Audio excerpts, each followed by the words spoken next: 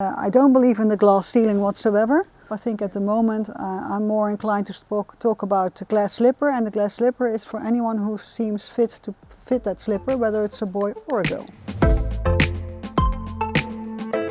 A warm welcome to our brand new series of Inspiring Women Leaders with me, Ebere Akadiri.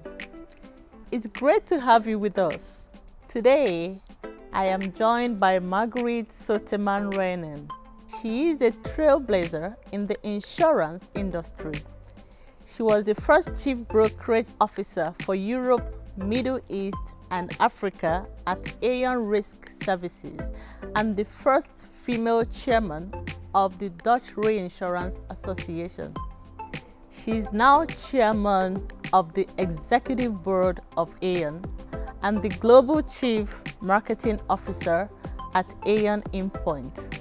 She is also the chair of Top Vrouwen, a national initiative that advocates for a larger representation of women in Dutch boardroom. Marguerite is indeed a trailblazer, and I am thrilled to have her. Marguerite, thank you so much for being here. I'm so thrilled to have you here. The first time we met was at the Rise and Lead Summit last year, and you thrilled everybody. Everybody was so inspired by your speech, and I was so inspired as well.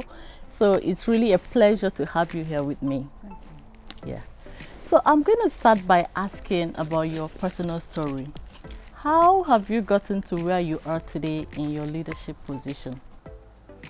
So thank you, Ebere, for inviting me to be here with you today. A special day because it's Ebere's birthday. So happy birthday. Thank you so much. So my story actually has started, I'm the eldest in a family of 4. And my parents always made sure that both my sister and my 2 brothers, that we were raised to use not only our own potential for our own good, but also for any other people. So we've been raised in a very social context of making sure you not only arrange good for yourself, but also good for others. And that's a very important backbone, besides the fact that they wanted to make sure that we used our potential anyhow. So, you know, if you have talent, make sure you use it, otherwise it's so spoiled. I was raised in the south of Holland,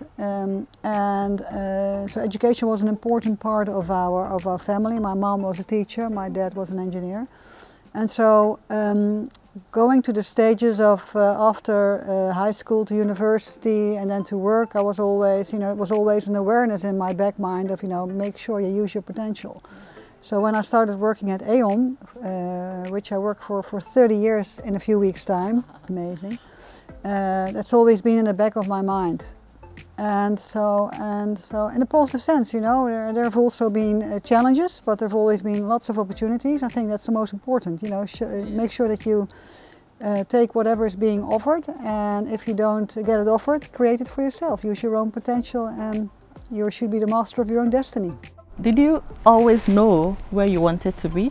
No, definitely not. No, no, that would have been something. No, I did it by failing. So there are some things which you then experience, and then it doesn't work out the way it is, and then you continue and show perseverance. I think that I've always looked at the positive end of situations, even though they might have been bad or disappointing. But you know, taking a look, what can you learn from it? And I think the worst experiences in your life are the best teachers for the future and the best masters for the future. Yeah, okay, that's very good. Yeah. But can you tell us a little bit about those experiences? Like, what has been the most vulnerable moment of your life or in your career? No, I think that personally, you know, we're living very much in a time where everybody thinks that they can influence everything, or at least, you know.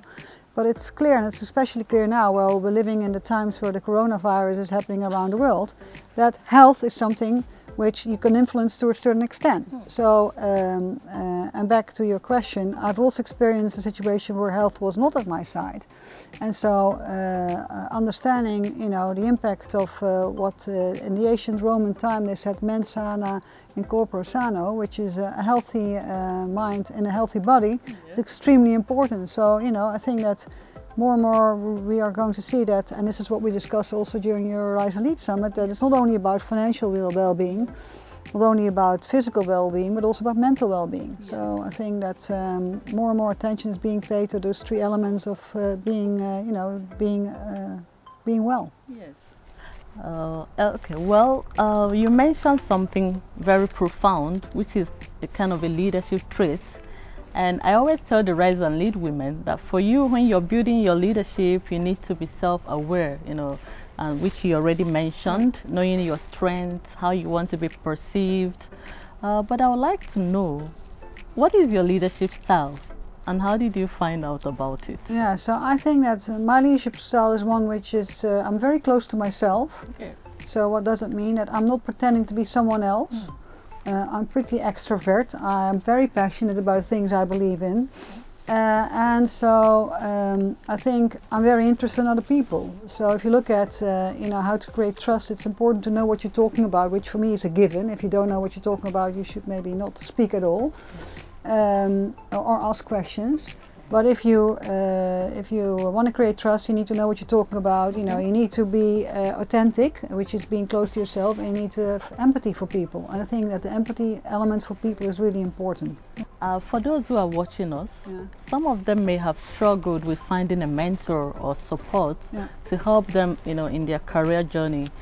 Did you ever receive any form of support or mentoring as you moved along? Yeah, so I think it's really important that you find people who you can confide the good stories in, but also the bad stories, who can give you some advice. I think the most important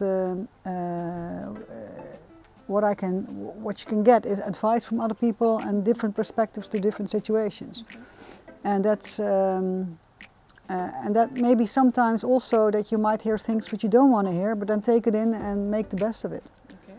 So mentoring is important, but also not only in the formal sense, which can be in a business, but also make sure that you have some friends who surround you, who can give you some practical insights or you should share some opinions with. And don't only look for those friends, but also be a friend like that yourself. I think that's important. That's so powerful. Yeah. Be a friend yourself. The last time I was with you, you mentioned to me that you are meeting one of your mentees, which means obviously you're mentoring other women, right? Correct, I do. So what do you look out for before you commit to such a mentoring relationship with any person? I think what's most important that the intent of the person who wants to be mentored is actually that he or she, could be he as well, that he wants to learn. So I think it's really important that you're able to adapt to change, that you're adapt to to other ways of thinking, other ways of opinion. So diversity of thought and opinion and openness to that is really important. That's for me the most important factor. If I sit in front of someone who simply says, I know it all, I've been there and I know how to do it myself, then you don't need mentoring. Because that's not the way you should enter a mentoring relationship. You should have an open mindset and you should be open for criticism as well as good things to be reiterated. Yeah. And what about formal training?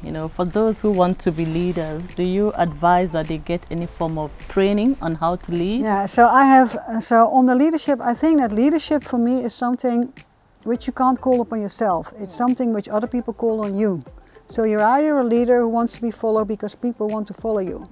So I'm very, very outspoken about this, because if you call yourself a leader, if I call myself a leader and I'm completely alone, then I'm leading myself, which might be good as well, but the point is you're not leading for a bigger group or for a bigger purpose. So I think that leadership is for me that you're set to go to a certain point at the horizon, you have a certain ambition, and the way to take people along is where leadership is being defined. Are you able to have followers, or are people actually leading you? So for me, leadership is something which, back to your question, can you learn it? It's something which is should be intrinsically actually somewhere in yourself. To be a leader is something you should also, be the first sheep on what we say in Dutch, het eerste schaap over de dam. You need to be able to take a position while others might look at you like, what's going on here? And so, back to the learning question, I think that of course there are some elements of leadership which you can learn, which are knowing what you talk about, getting different perspectives, knowing how to act and react in certain situations, be cultural more savvy, that you know how other cultures react to certain situations, things like that. Okay. And This month of March, we are celebrating the International Women's Day, and everybody is still talking about equality, diversity, having more women on boards. So tell me, what do you think? What do you see that is causing the lack of diversity on top, on top leadership? Why are women not rising to the top? So, as we speak, the Socio-Economic Council's advice has been adopted by both our parliament as well as our government. So we'll see a law coming up in the Netherlands in the next month. It's actually being worked upon as we speak. The law will actually enable the stock-listed companies to appoint, the women on boards. They have to. On the other hand, it also enables them to think more strategically about what actually diversity and inclusion actually means, because it's important to have not only, the appointment of women on boards, it's important to actually have a strategy in place. So that's what's happening on that end. On the other hand, if you look at the Netherlands as such, it's still very culturally conservative. What do I mean with that? Already from early days on, you see that girls are being taught how to be a girl and boys are being taught how to be a boy. And it's interesting to watch young women still reading fairy tales, and I love fairy tales myself very, very much to kids. But some of the fairy tales are not what I expect a modern woman to be about. So Snow White is one of those fairy tales, where do you think that Snow White, that any modern woman would like to take care of 7 dirty dwarfs? No. While, exactly, maybe the witch with the apple was a kind of a blessing in disguise. No, the point I'm trying to make is be aware of those unconscious biases already from a very young age, which do play a role in the way you educate a complete generation about who they want to be. And it's important to become in that respect a little bit more conscious about those little things which already influence from a very young age women. And the other one, which I've also raised in other instances, is the fact there is a research from David Miller, and it's called Draw a Scientist. And it's interesting to watch that really, and wherever you go, whatever country, until the age of 10, girls and boys both draw their own. Girls draw a female doctor and boys draw a male doctor. Oh, yes. Whenever the girls turn 10, it changes and they actually start drawing a male doctor. And it's the mindset, the bias which is being created by seeing doctors being male. Yeah. Now, those things are, of course, changing as we speak. You do see more gender equality coming up. Yes. But it's all important to be aware of those situations. Yeah, that's very interesting. And what can women do to take these matters into their hands to change this situation? Yeah, fairy tales are actually done by storytelling. It's very important. So you can influence the fairy tales yourself to start telling in a more gender-neutral way. So we have to hold storytellers accountable as well. Yes. Okay. Yeah, and I think that in addition, it's also about setting the stage yourself, that when you talk to your children about being a certain profession, that you make them aware that everything is possible. So I don't believe in the glass ceiling whatsoever. So people ask me about the glass ceilings, that for me it's never been existing. I think it's something which man put on us actually. Yes, yes. To address why we couldn't reach the top. I think at the moment I'm more inclined to talk about the glass slipper, and the glass slipper is for anyone who seems fit to fit that slipper, whether it's a boy or a girl. Just go for it. Exactly. Oh, that's very good. I love this concept. And of course, watching you during the summit, you're such a very vibrant, bold leader, and I admire you a lot. Mm-hmm. So tell me, how did you develop this sort of leadership confidence and voice? Yeah, so it's about, it's also about, first and foremost, are you able to tell within 1 minute who you are, what you're about? So that you're able, that you know yourself. So knowing yourself is an important element of it. And second, also take the stage, if you're not visible, and this is also what Topvrouw has done, as you know, we've made a lot of those very, very capable women more visible. Yes. Which is something other people can do for you, but also you can do it yourself. So I think what's important is that if you take a look at the power of social media and how you can actually spread your own message and your own content, it's something more women should actually pick up and then really spread your own content. So don't only spread the content of others, but start giving your own insights. What do you think of a certain story? Why do you post it? What's keeping you busy? Why do you actually have a certain story about it? That's so powerful. Yeah. Thank you so much for sharing that. You use social media a lot. I follow you. Yeah. And there's something you posted recently. You said Tina Turner, you wish that she is a role model every woman should follow. What does that mean?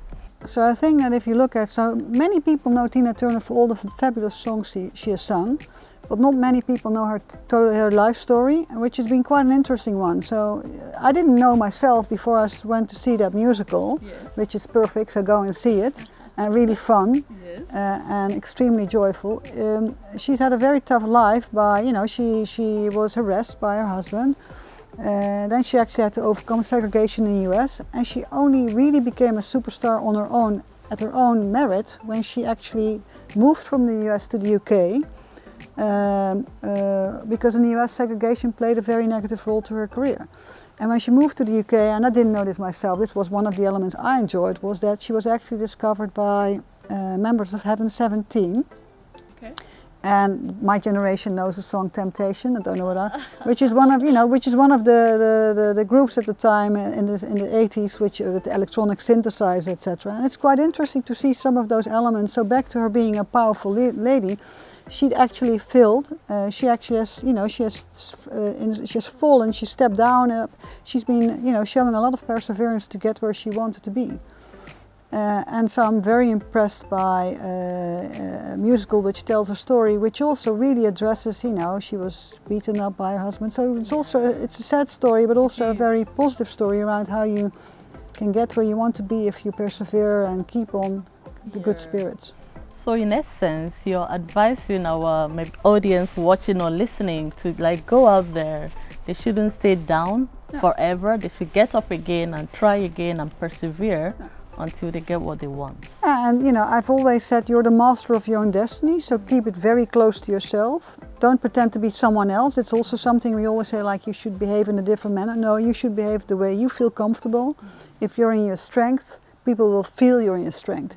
If you're in your maybe weaker position, people will also feel like there's something not making sense. So go and sit in your strength. Be willing to learn. I think that's really important. So do adapt to situations where you feel like you can learn something, and surround yourself with extremely good people who can help you grow. Powerful, powerful. Thank you so much. And Marguerite, can you tell our audience about topvrouwen? And for those who don't understand Dutch, topvrouwen means women leaders, right? Yeah, so it's the corporate. So Topvrouw was actually initiated in 2016, and its initiative were following comments that there weren't enough female board-ready women in the Netherlands. We actually started a database and actually made them visible. So there are over 2,000 board-ready women in that database. And Topvrouwen also organize speed dates and network meetings where we meet, and it's not only so we meet with men, so we don't only meet with women, but we meet both also with the board members from corporates and listed companies, so that we actually increase the exchange of experience between board-ready women and men who are already on boards. Okay, and for our audience who wants to be on board, how can they get involved? Yeah, so if they're interested, then please contact topvrouwen.nl, and then we will take it from there. That's good. And I'm not going to finish this interview without asking about self-care.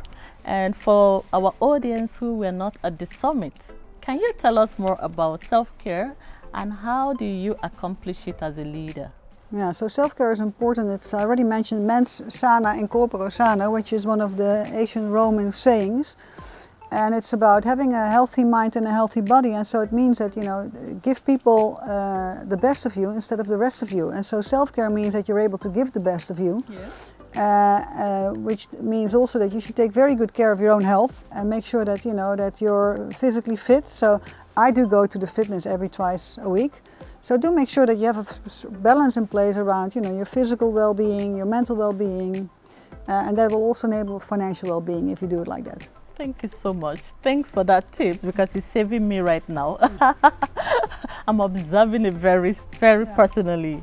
And I'd like to end by asking you, looking back, what 3 pieces of advice do you have for your younger self? So the first one is that believe in yourself, because if you don't believe in yourself, no one else will. The second one is you're the master of your own destiny.